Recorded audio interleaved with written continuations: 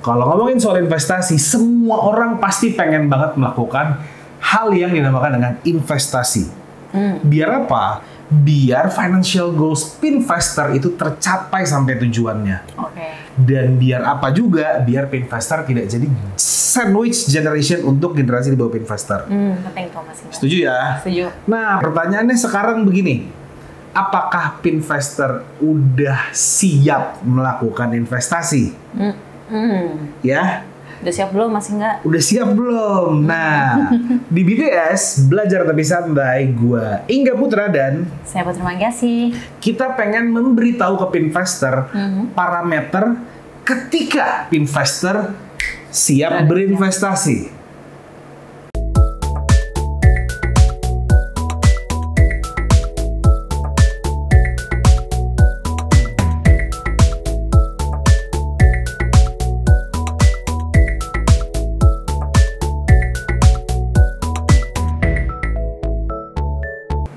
Oke, ini tema kita cukup menarik ya Mbak Putri ya. Apa nih? Jadi konten kita ini kita bakalan spill bagaimana atau apa saja yang bisa dijadikan sebuah parameter ketika seseorang atau investor bisa melakukan investasi. Udah siap ya untuk investasi? Udah siap. Oke. Siap apa belum? Siap nggak? Kalau nggak siap kita ini nih. Oke, yang pertama, apa, Mas? parameter investor siap melakukan sebuah investasi adalah penghasilan investor itu lebih besar daripada pengeluaran. Oh, positif dong ya? Iya, positif. Maksudnya gimana? Maksudnya itu adalah banyak banget uang sisa yang nggak kepake yang bisa dijadikan investor untuk diputar lagi. Artinya uang dinginnya banyak, bos, ya kan? Jadi kalau uang dinginnya banyak dibanding investor dipakai yang enggak, mendingan dipakai untuk investment. Yang kedua, apa Mbak Putri? Yang kedua, bebas dari hutang. Bebas dari hutang. Misalnya memang sih boleh sih, hutang tuh diperbolehkan. Asalkan nggak lebih dari 30% pendapatan Mas Hingga nih misalnya. Nah kalau misalnya kalian ini pendapatan hutangnya nggak sampai 30%, masih bisa nih untuk ada sisa budget untuk ditabung atau diinvestasi Mas Hingga. Betul, gitu. Karena ada yang bilang investasi yang baik adalah melunasi hutangmu dulu.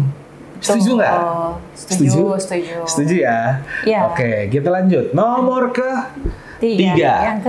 Yang ketiga itu adalah dana darurat Pinvestor itu aman. Udah harus punya ya? Harus punya dana darurat.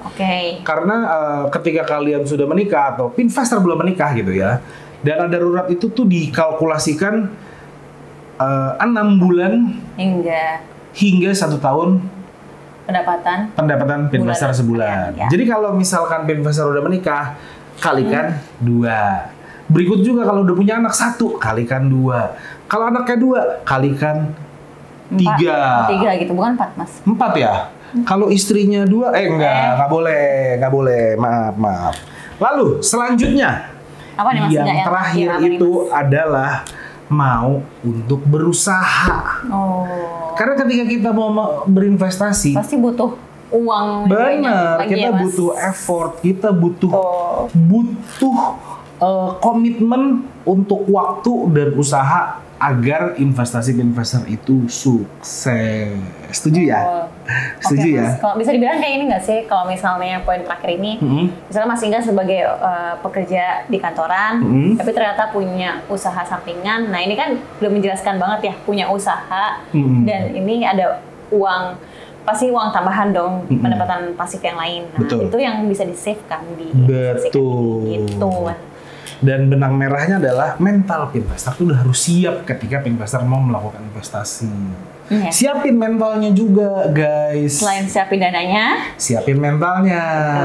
Betul banget.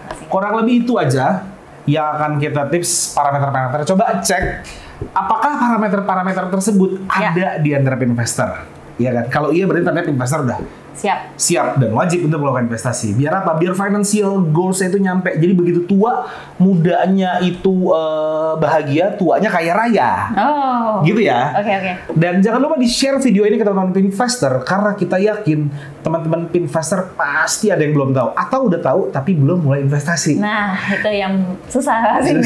Kalau gitu kita undur diri. Gua Ingga Putra. Saya Putri Manggiasih. Sampai jumpa di BTS selanjutnya. Jangan lupa like, share, dan komen karena dukungan kalian itu membuat kami semangat membuat konten edukatif lainnya. Oke. Dadah.